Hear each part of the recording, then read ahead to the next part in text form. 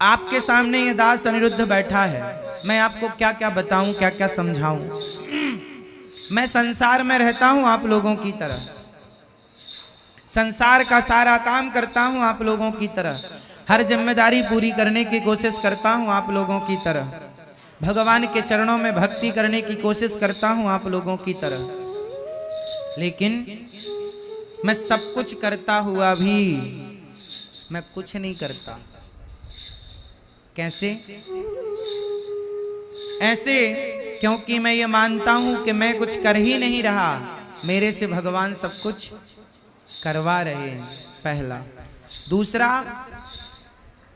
ये दास अनिरुद्ध, मैं मानता हूं, मैं आप लोगों को देखता हूं ना, तो मुझे आप लोगों में यही नजर आता। जब आप में से कोई रोता हुआ मेरे पास आता है, जब कोई रोता है मेरे सामने आकर, मैं बड़ी दुखी हूं, मैं बड़ा दुखी हूं, मैं बड़ी परेशान हूं, मैं बड़ा परेशान हूं, तो मुझे बस एक ही बात समझ में आती है कि ये दुखी और ये परेशान सिर्फ इसलिए हैं कि इन्हें उस ईश्वर पे बस भरोसा नहीं है और इन्होंने इस संसार को सही तरीके से जाना नहीं। आप अमेरिका जाएंगे ना, तो अमेरिका जाने के पहले वहां के रूल्स जाने लीजिए। वहां का कानून, वहां का संविधान अलग है। हमारे भारत में तो कोई कहीं भी कचरा फेंक देता है, कहीं भी थूक देता है, कहीं भी खड़ा होकर सुसु कर लेता है। अमेरिका जैसे देशों में ऐसा करने पर फाइन हो सकता है। तो यहाँ के रूल्स अलग हैं, वहाँ के रूल्स। यहाँ तो आप लाल बत्ती क्रॉस कर देते हैं तो कोई बात नहीं, वहाँ तो बड़ा गजब का फाइन है। तो यहाँ के रूल्स अलग हैं, वहाँ के रूल्स। जब अमेरिका जाएं तो वहाँ के रूल्स फॉलो करने पड़ेंगे। उसी तरह जब संसार में आए हो तो संसार के रूल्स फॉलो करने पड़ेंगे। और आप लोग आ गए संसार में, लेकिन आपको संसार के रूल ही नहीं पता कि संसार का रूल क्या है। संसार का रूल क्या है, नियम क्या है? संसार का नियम है कि यहाँ जो आया है उसे दुखी होना पड़ेगा, और दुखी हैं। शर्त यह है कि आपको कोड़े भी पड़ेंगे और आपको रोना भी नहीं है। आपको दुख भी मिलेगा और आपको रोना भी नहीं है। भगवान कृष्ण मंदिर में खड़े हैं, बांसुरी बजा रहे हैं और स्माइल है होठों पर। भगवान की स्माइल ये कहती है कि आप संसार में आए हैं, संसार में दुख ही दुख है, इस दुखमय संसार में रहना है, लेकिन मुस्कुराते हुए रहना है, खुश रहना है। क्या करेंगे? रोते हुए नहीं, मुस्कुरा। ये संसार दुख का सागर है, लेकिन मुस्कुराते हुए चलना है। आप लोग जो रोते रहते हैं ना, आपको रूल्स पता नहीं है कि संसार में रहने के तरीके क्या हैं। इसलिए भगवान बुद्ध जब आए तो ये ज्ञान हो गया उन्हें कि संसार दुखालय है। उनके सामने एक बूढ़ी अम्मा आई अपने मरे हुए बेटे को लेकर। गौतम बुद्ध भगवान बुद्ध के पास एक माँ आई, उनका बेटा मर गया, 5 साल का था। किसी ने बताया कि गौतम भगवान बुद्ध बड़े तपस्वी हैं और वो यदि कृपा कर दें तो तेरा मरा बेटा जिंदा हो सकता है, क्योंकि वो बड़े संत हैं और शक्तियां हैं उनके पास। जा, मरा हुआ बेटा लेकर के आई, चरणों में लेटा दिया। महाराज, मेरा बेटा चला गया, मेरे बेटे को आप अपनी शक्तियों से जीवित कर दो। मेरा इस बेटे के सिवा कोई नहीं है, मैं बड़ी दुखी हूं, मैं बड़ी परेशान हूं। भगवान बुद्ध भगवान ने कहा, ठीक है, मैं तेरे बेटे को जिंदा करूंगा, लेकिन तुझे एक काम करना पड़ेगा। तू जा गांव में और 1 मुट्ठी सरसों लेकर आ, लेकिन सरसों के दाने उस घर से लाना, या चावल लेकर आ मुट्ठी भर। मैया को जगाओ।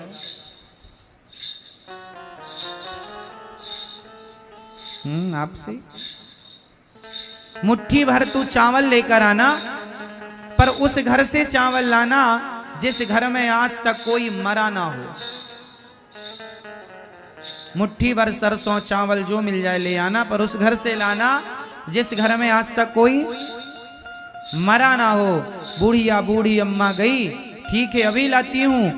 भैया जरा मुट्ठी भर सरसों दे दो, हमारा बेटा चला गया है, उसे जीवित करना है, पर एक शर्त है। उसने चावल घर की जो थी वो चावल ले आई या सरसों। बोले कि तुम्हारे घर में आज तक कोई मरा है? बोले हाँ, कुछ दिन पहले हमारे ससुर चले गए। दूसरे घर गई, बोले तुम्हारे घर आज तक कोई मरा? बोले हाँ, कुछ दिन पहले हमारी सास चली गई। तीसरे घर गई, बोले तुम्हारे घर कोई मरा है आज तक? बोले हाँ, हमारे घर कुछ दिन पहले हमारे पति चले गए। चौथे घर गई, बोले हमारे घर कोई पत्नी चली गई। किसी ने कहा हमारे घर ये चला गया। वो सबका घर ऐसा था जिसके घर में कोई ना कोई कभी ना कभी मरा जरूर था। बूढ़ी अम्मा फिर वापस आई, भगवान बुद्ध से कहा ले आई चावल मुट्ठी भर। ना महाराज, नहीं मिला। चावल तो नहीं मिले, सरसों तो नहीं मिली, लेकिन मेरे प्रश्न का उत्तर मिल गया। चुपचाप उसने अपना बेटा उठाया, वहां से चली गई। बताओ क्या सबक मिला इस कहानी से, क्या सीख मिली? हम रोते हैं कि हमारा ये मर गया, हम रोते हैं कि हमारा ये दुख है। अरे जो दुख आपके पास है, सेम वही दुख आपके पड़ोसियों में भी है, औरों के पास भी है। क्यों है? क्योंकि संसार में जो आया है उसे दुख से गुजरना पड़ेगा। अब ये दुख से गुजरने में चाहे आप रोते गुजरो या हंसते गुजरो, वो आपकी मर्जी है। इसलिए संसार में क्या है? अब बताओ आप, संसार में क्या है, सुख या दुख? जोर से। अभी आप कह रहे थे दोनों हैं। आप जल्दी ज्ञानी हो गए। इतनी बात जानने के लिए गौतम बुद्ध को 12 साल लगे, और आप देखो 12 मिनट में जान गए। संसार में क्या है, ये बात मैंने कह तो दी है, आपने सुन भी ली।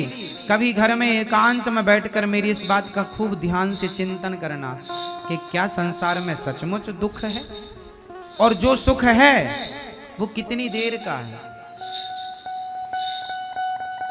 हड्डी चबा रहा है कुत्ता, लग रहा है कि बड़ा सुख है।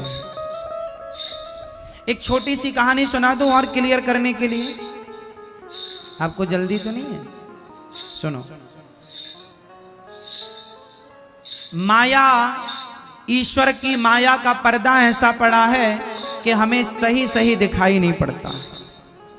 अब इस बात को और क्लियर करने के लिए मैं आपको एक छोटी सी कहानी सुनाता हूं, आपको पूरा क्लियर हो जाएगा, सारा दर्पण की तरह क्लियर हो जाएगा। स्पष्टीकरण। जो सो रहे हैं उनको जगा दो।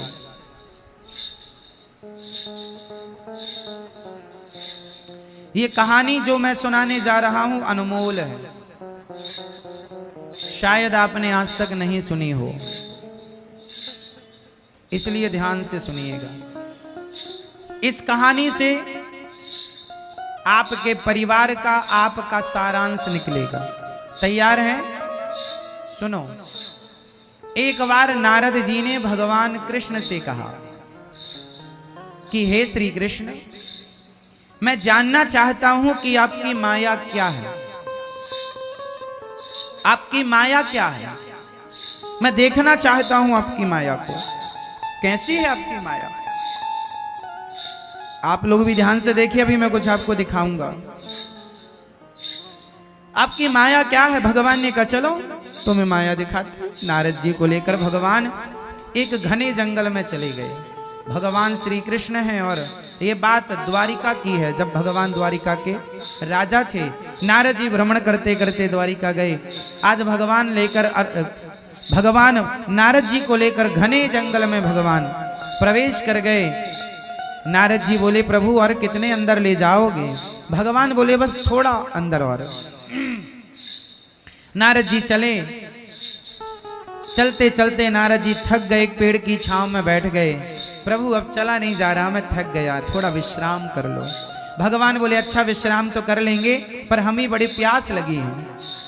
हे देवर्षि नारद जी, हमें बड़ी प्यास लगी है, क्या आप पानी का बंदोबस्त करेंगे, हमारे लिए पानी पिलवाएंगे? हाँ हाँ। नारद जी बोले आप यहीं बैठो पेड़ की छांव में, मैं अभी आपके लिए पानी लेकर आया। नारद जी उस घोर जंगल में, भयंकर जंगल में पानी की खोज में आगे चले। नारद जी थोड़ा ही 400 कदम आगे बढ़े कि उन्होंने देखा कि एक सुंदर सा नगर था। उस नगर में एक सुंदर सी स्त्री एक कुएं में पानी भर रही थी। नारद जी ने कहा, देवी बड़ी प्यास लगी है, क्या हमें पानी मिलेगा? उस देवी ने मुस्कुराते हुए नारद जी की तरफ देखा और कहा, जरूर। नारद जी ने ऐसे किया, अपने दोनों हाथों को आगे बढ़ाया, उसने घड़े से पानी नारद जी की अंजलि में डाली और नारद जी पानी पीते हुए अपनी नेत्रों को उठा करके, ऊंचा करके और उसकी सुंदरता को, स्त्री की सुंदरता को देखने में इतने मस्त हो गए कि भूल गए कि मैं कोई काम करने आया था। उस स्त्री से कहा, देवी इस नगर का नाम क्या है? बोले, इसका नाम है उत्तमपुर। अच्छा, इस नगर के राजा कौन है? मेरे पिता इस नगर के राजा हैं। अच्छा, तो आप राजकन्या हैं? हाँ। देवी आप बहुत सुंदर हैं, क्या आप हमसे विवाह करेंगी?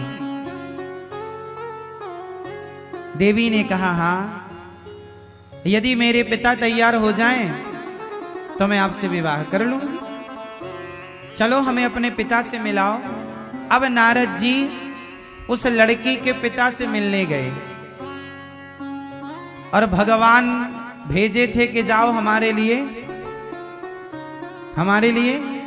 पानी लेकर आओ। और नारद जी अपनी शादी की चर्चा करने गए।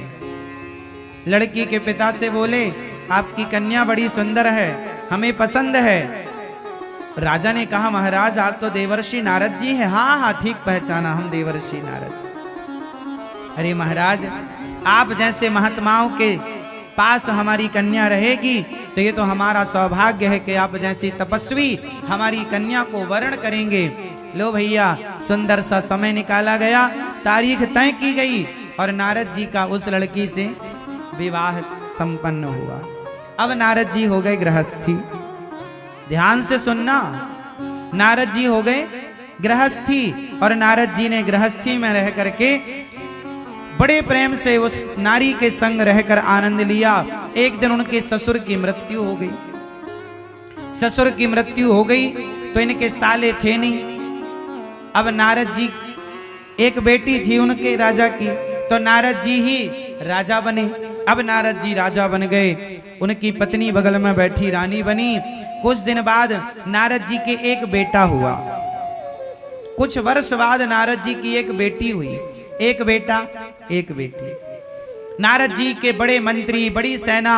एक दिन नारद जी ने सोचा कि चलो जरा देखो कि हमारे राज्य के आसपास किन राजाओं का कब्जा है। तो मंत्रियों ने बताया, महाराज फलानी दिशा में फलाने राजा का कब्जा है, हमारे राज्य की कुछ जमीन पर कब्जा किया है। नारद जी ने कहा, सेना तैयार करो और उस राज्य पर आक्रमण करो, अब हम अपने राज्य का विस्तार चाहते हैं। नारद जी क्या लेने गए थे? पानी, और राज्य का विस्तार करने में लग गए। हम अपने राज्य का विस्तार चाहते हैं, सेना तैयार करो। लो भैया, नारद जी की उपस्थिति में सेना तैयार हुई और सेना आक्रमण करने के लिए चली। पर नारद जी आक्रमण करें उसके पहले सामने वाले राजा ने आक्रमण कर दिया और नारद जी की सेना मारी गई। नारद जी का पहला युद्ध था, कभी लड़े नहीं तो माला जपते रहे सारी जिंदगी, नारायण नारायण नारायण। और आज बाबा जी युद्ध करने चले हैं और जब युद्ध करने गए तो ये हार गए। सामने वाले राजा ने नारद जी को हराया और इनके राज्य पर कब्जा कर लिया। अब नारद जी भागे, अपनी पत्नी और बच्चों को लेके भागे नारद जी। अब भागते भागते भागते भागते एक जंगल में पहुंच गए। एक बेटी थी छोटी सी इनकी और एक बेटा था। बेटा थोड़ा बड़ा था, 5 साल 6 साल का बेटा रहा होगा, 3 साढ़े 3 साल की बेटी रही होगी। अब लो भैया, नारद जी पत्नी को लेके भाग रहे हैं, ना खाया ना पिया, बस भागा भागा भागा, सेना पीछे लगी है बंदी बनाने के लिए।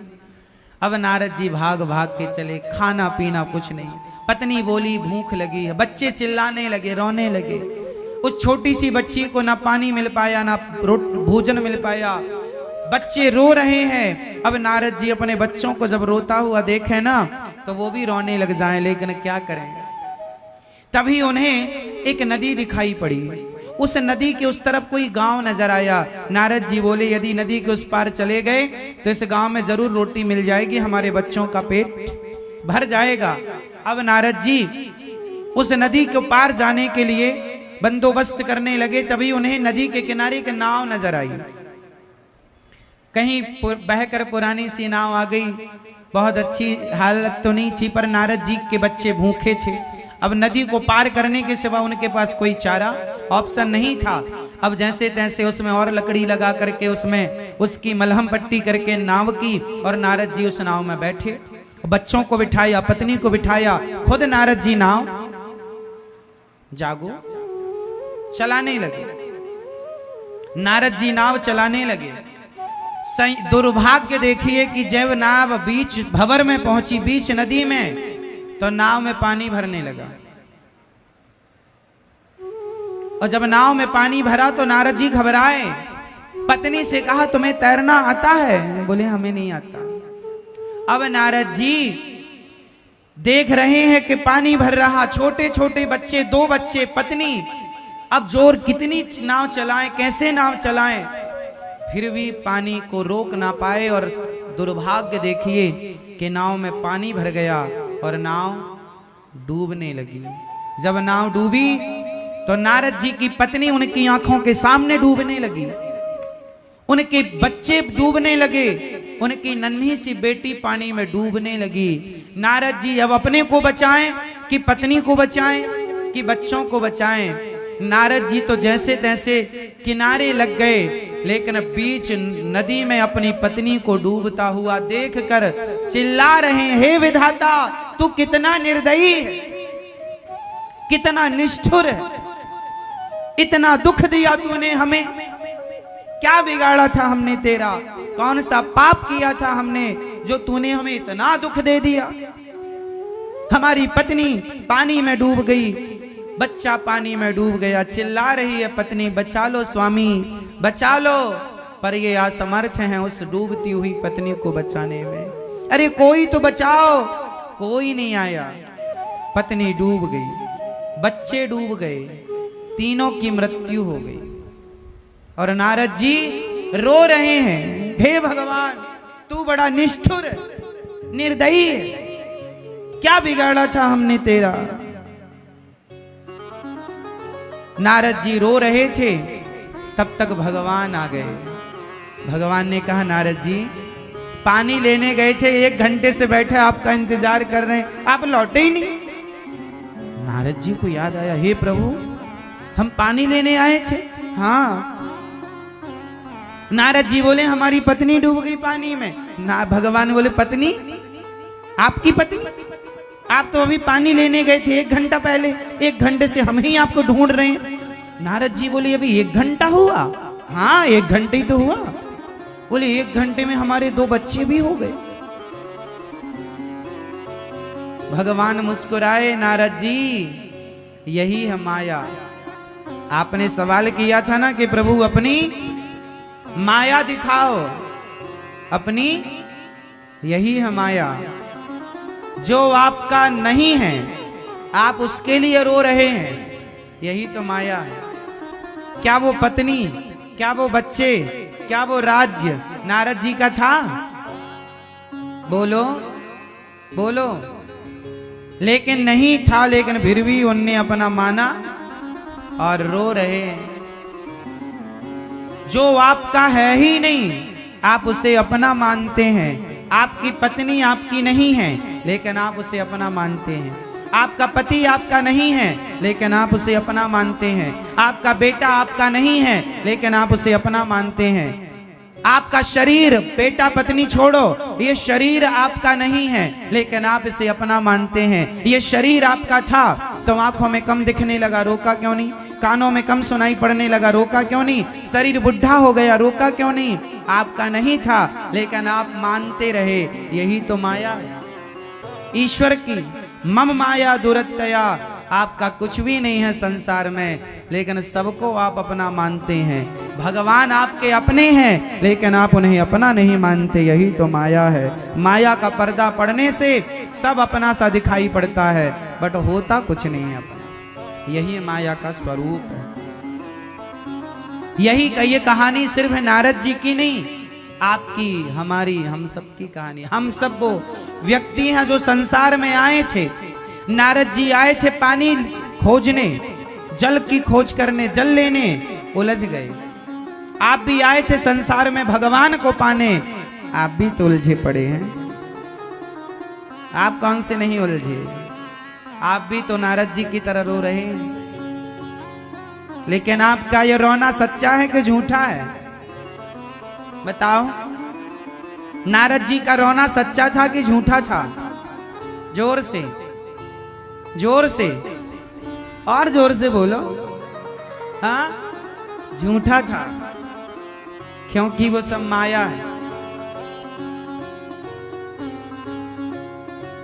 जैसे आप पिक्चर देखने जाते हैं तो पिक्चर थिएटर में जहां पे आप बैठते हैं वहां सामने एक वाइट कलर का पर्दा होता है। सिर्फ उस पर्दे पर पीछे से लाइट मारी जाती है।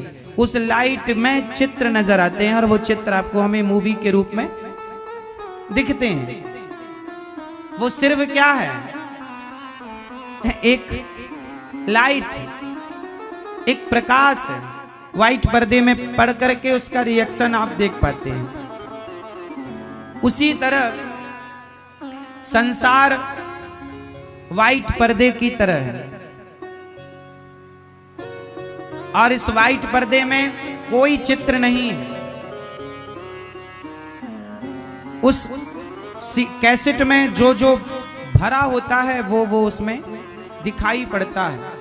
उसी तरह आपके मन में जो जो भरा पड़ा है कई जन्मों से, वो आपको यहां भासता है, दिखता है, लगता है। होता कुछ नहीं है, सब वाइट है, ये सफेद है, कुछ नहीं है।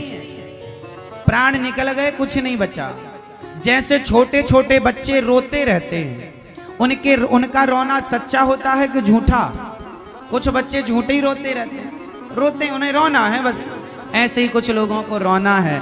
जैसे बच्चों का रोना झूठा है, ऐसे आपका और हमारा रोना भी झूठा है। रोना ही है तो भगवान के लिए रोइए, भगवान के लिए रोना सच्चा है। संसार का रोना झूठा है।